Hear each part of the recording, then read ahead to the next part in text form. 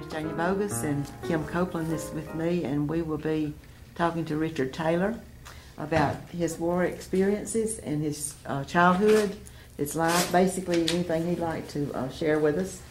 So, Richard, if you would just start, and you might go into your early childhood, maybe your family a little bit. And Good to be here this afternoon and to talk to you, Janie, and to Kim, and to reflect upon some things that have happened to me in my life, because I'm so thankful to God, first of all, for the wonderful things He's provided for me in life.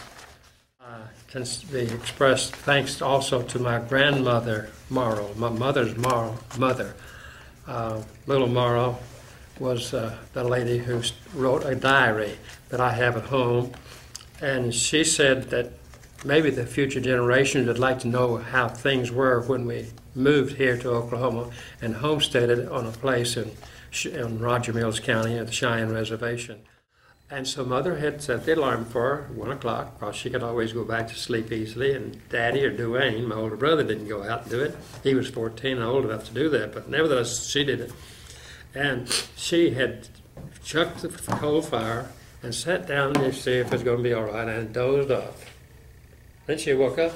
Oh, it's doing okay. She heard that flood coming. She just thought the wind was blowing the treetops of the big oak cottonwood trees. But she just stepped in when the flood hit. She would have been washed away if God hadn't awakened her and said, it's time to go back to bed. When she came back down. I mean, that's such a wonderful thing to know we've got a Heavenly Father who knows everything and cares for us if we let Him. Just recently I've learned that two great things God does. He provides, and we could talk all day about His provisions, but He also allows. He allows us to do the devilish things. We're not robots. so you were drafted into the Army? No, Navy. Oh, Navy. My brother had gone in the Navy, and so he said, Richard, every time you can, in draft board, when you sign up, say your preference is the Navy, because you'll always have a bunk to sleep in and food to eat. You may be in the Army, you may be separated from your group for days.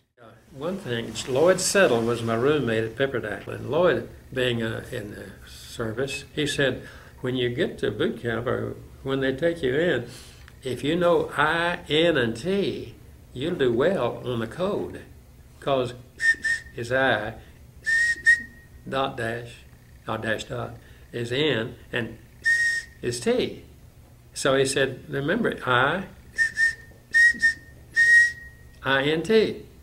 And I did real good on the code part of that test that they gave that day, so that I got to go to code school. Anyway, we took 6 days on the ship to get to Hawaii. Boy, I thought this is a bunch of water. Oh, it's Pacific Ocean. We just get to Hawaii, not all the way to Japan. Right. And my, I never thought this earth was so big. But I didn't get motion sickness like just 2 of us didn't get really upshot. But the rest of them all went to sick bay. Well, is there anything especially memorable about your time in service that you haven't covered that you'd like to mention? Well, I remember that when I got to San Diego, being drafted, and these GIs, these sailors, were from all parts of America and shipped to that one place. And I started living with these men, these boys of my age, 18, 19, 18 years old, a few 28-year-old men, and could listen to them talking, know what their life was like. And I thought, if this is the cross-section of what America is like, not much Christian in this American nation, I got to thinking then, maybe I could be a preacher.